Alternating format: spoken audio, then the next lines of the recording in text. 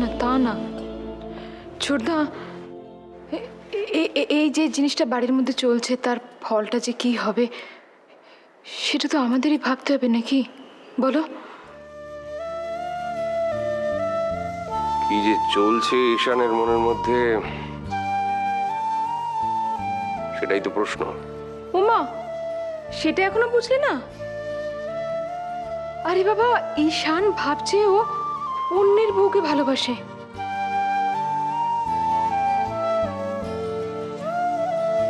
বেচারা মন খুলে আমাদের কাছে সে কথা বলতেও পারছে না।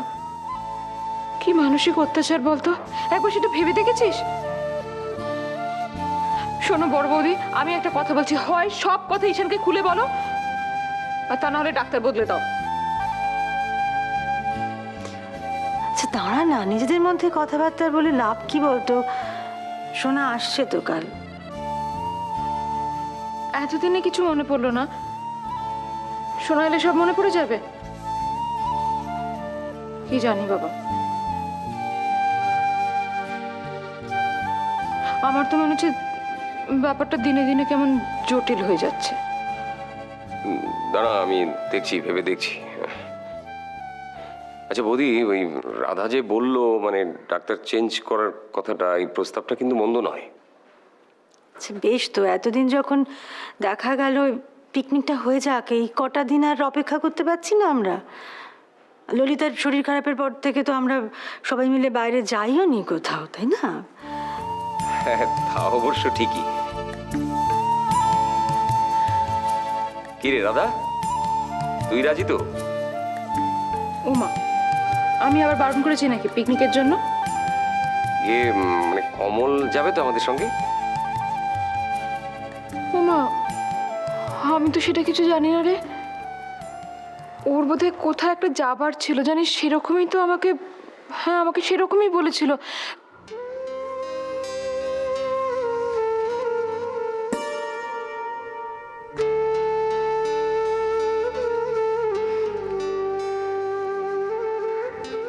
কমল তো আমাকে নিতে এসেছে।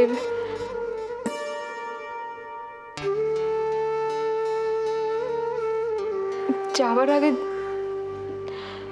আসলে যাবার আগে যদি ঈশান আর ললিতাকে একটু ঠিক দেখে যেতাম না, যেন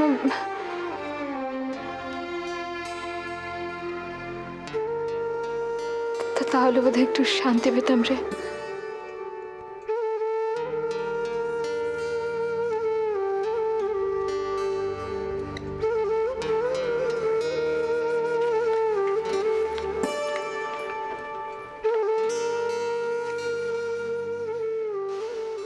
ওর মনের মধ্যে যে কি চলছে। কিন্তু বৌদি, রাধা কি সত্যিই চলে যাবে? যাবে না, ছেলে এসছে ওকে নিতে, আর কেন আটকাবো ঠাকুরপো?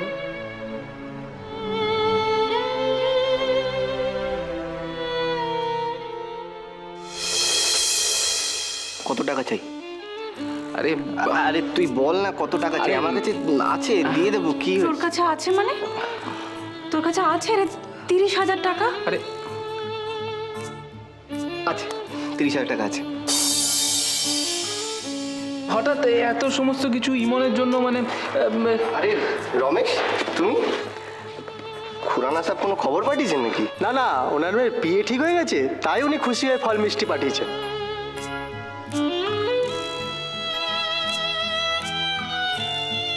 কি ব্যাপারটা কি? আবারই আবার কি? মিস্টার ছাবাড়িয়া হচ্ছে আমাদের অফিসের ক্লায়েন্ট, আর আমাকে খুব খুব ভালো। সে দোলনকে এত ভালো চিনে যে এরকম একটা দামি নেকলেস, দুল, এই সব বুঝতে পারছি না এই ব্যাপারটা কি? একজন ডিলার বাড়িতে এত দামি দামি ফল মিষ্টি কেন পাঠাবে? মানে না, ব্যাপারটার মধ্যে গোলমালের কিছু নেই তো?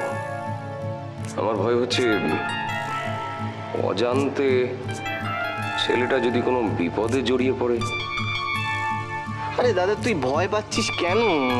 All is well. কি হলো, আমার উপর ভরসা নেই তোর? কিরে, অফিসে তো ভালোই খাওয়া দাওয়া হলো, হ্যাঁ? তা কি হয়েছে বল? বৌদি বলছিল কথা বলবি কি? বাপরে, এনিথিং সিরিয়াস? বস কি? কেন? বস। জানি না, এখনো ঠিক জানি না সিরিয়াস কিনা। তো ঠিক আছে, কি হয়েছে সেটা তো বলবি। একটা খটকা লাগছে, বুঝলি? কেন?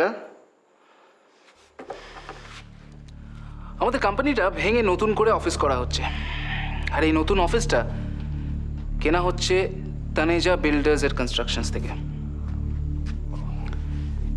ডিল অলরেডি ফাইনাল হয়ে গেছে, 25% আমরা চেকে পেও করে ফেলেছি, কিন্তু তানেজা বিল্ডার্স এখন ডিমান্ড করছে যে 65% পুরো ক্যাশে পে করতে, ফুল ক্যাশ, অর্থাৎ ব্ল্যাক মানি। তুই শিওর? 200%। ওই কোম্পানি থেকে একটা লোক আসবে আমাদের অফিসে, একটা ব্রিফকেস নিয়ে, সেই ব্রিফকেসে আমাদের টাকা ভরে দিতে হবে। Isn't it strange, Emon? Isn't it strange যে তানেজা বিল্ডার্সের মতন এরকম একটা বড় রেপুটেড কোম্পানি? এক মিনিট দাদা, এক মিনিট। আমার কথাটা শোন, আমার মনে হচ্ছে কোথাও একটা ভুল হচ্ছে। হতে পারে না ইমন, ভুল হতে পারে না, জায়গা নেই। কোটি কোটি টাকার লেনদেনের ব্যাপার ইমন। ইউনো আমাদের বস কি বলছেন?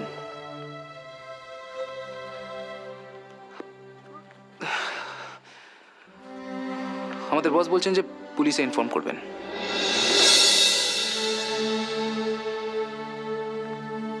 ইমন, এই কালো টাকার ট্রানজাকশনে তুই ইনভলভ নোস তো? না।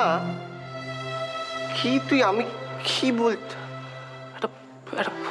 একটা ভয়টা হচ্ছে কেঁচো খুঁড়তে সাপ না বেরিয়ে আসে। ইউনো পুলিশ আর এই এনকোয়ারির ঝামেলা, তারপরে এই ঝামেলার মধ্যে পড়লে ইমন তোর কি হবে? বিকজ আই নো যে তোর কাছে সবসময় তোর ডিসপোজালে একটা থোক কালো, কাঁচা টাকা সবসময় থাকে। তুই কি আমাকে সন্দেহ করছিস? দাদা, আচ্ছা আমি একটু বুঝিয়ে বলি তোকে, হ্যাঁ? দেখ, আমি লোহা, সিমেন্ট, বালি এই সবের টাকা পয়সার লেনদেন করি, ঠিক আছে? এবার দেখ, ঠিকাদারদের সঙ্গে তো কাঁচা টাকা পয়সার লেনদেন চলে না, এটা তো সবাই কি জানি। তাহলে কোথায় প্রবলেম? আমি জানি বাট আমার খটকা লাগছে ইমন, আমার কোথাও একটা খটকা লাগছে। চাকরিটা ছেড়ে দে। কি মানে কি? কানে গেল না? তুই চাকরিটা ছেড়ে দে। কি করে ছাড়বো? বললেই হয় ছেড়ে দে। আরে বাবা, দোলনের আজ বাদে কাল ডেলিভারি হতে পারে একটা, তো তাছাড়া দোলনকে সব বললে এখনো ঘাবড়ে যাবে। তুই বুঝিস না কেন? তুই আমাকেও টেনশনে ফেলে। এই দাদা, জাস্ট রিল্যাক্স। দেখ এইদিকে দেখ, একটু টেনশন করিস না। দেখ, জাস্ট রিল্যাক্স, ওকে? আরে আমার কিছু হবে না, আমি কিছু করিনি। আমার উপর ভরসা নেই তোর? কি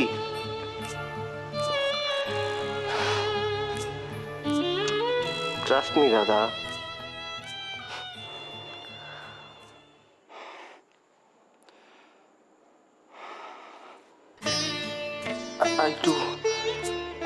I trust you. Thank you. ও এবারে শোন, জরুরি কথা, সেটা হচ্ছে যে তুই নিজের বসকে বলিস যে পুলিশকে এখনই না জানাতে ব্যাপারটা। আমি দেখছি আমার অফিস থেকে ভেতর থেকে যদি কিছু বার করা যায় খবর। Fine, relax.